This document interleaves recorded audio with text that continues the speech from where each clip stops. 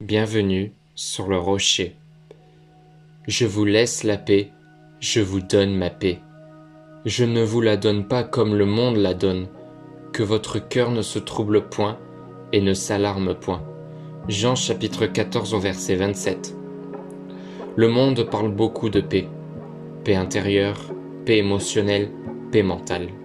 Mais cette paix est souvent fragile, conditionnelle, dépendante des circonstances, temporaire. Il suffit qu'un événement survienne, qu'une mauvaise nouvelle tombe, qu'un imprévu surgisse, et tout s'effondre. Ce verset révèle une paix radicalement différente, une paix qui ne dépend pas de ce qui va bien, mais de qui est présent. Jésus prononce ces paroles, la veille de sa crucifixion, sachant la souffrance qui vient, face à des disciples bouleversés, dans une atmosphère de peur et d'incertitude.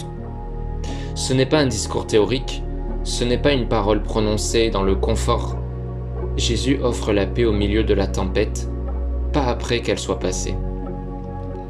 Jésus ne dit pas « je vous fais ressentir la paix, je vous donne un moment de calme ». Non, il dit « je vous laisse la paix ». Ce langage est celui de l'héritage. Cette paix est transmise, durable, enracinée, indépendante des circonstances. Ce n'est pas une émotion passagère, c'est une réalité spirituelle donnée. Jésus précise « ma paix ». Ce n'est pas n'importe quelle paix, c'est la paix née de son intimité avec le Père, forgée dans l'obéissance, plus forte que la peur, plus profonde que la souffrance.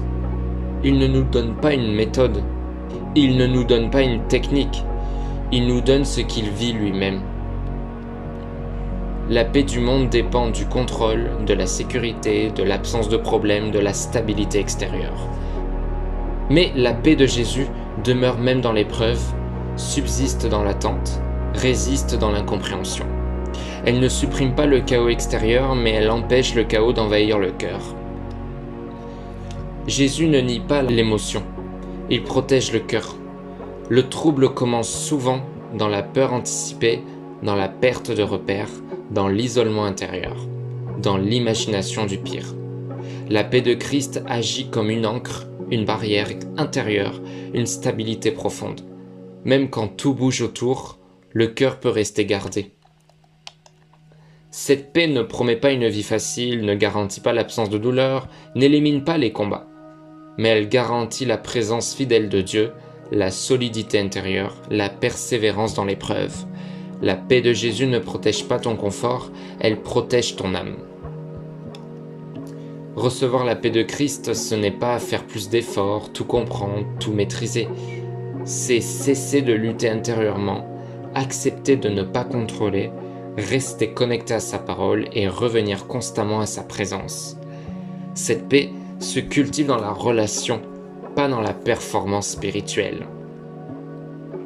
Le monde peut enlever la sécurité, les repères, les certitudes, mais la paix que Jésus donne, personne ne peut la ravir. Même dans l'inconnu, même dans l'attente, même dans la nuit, sa paix demeure. Seigneur Jésus, je reçois aujourd'hui ta paix, pas celle qui dépend des circonstances, mais celle qui repose sur ta présence. Garde mon cœur calme, stable et confiant, même au milieu de l'inconnu. Amen. Ici, on ne fuit pas les tempêtes, on apprend à rester ancré. La paix de Christ ne fait pas disparaître les vagues, mais elle empêche le cœur de couler. Reste attaché, reste confiant, reste sur le rocher, et je te dis à demain pour une nouvelle parole biblique.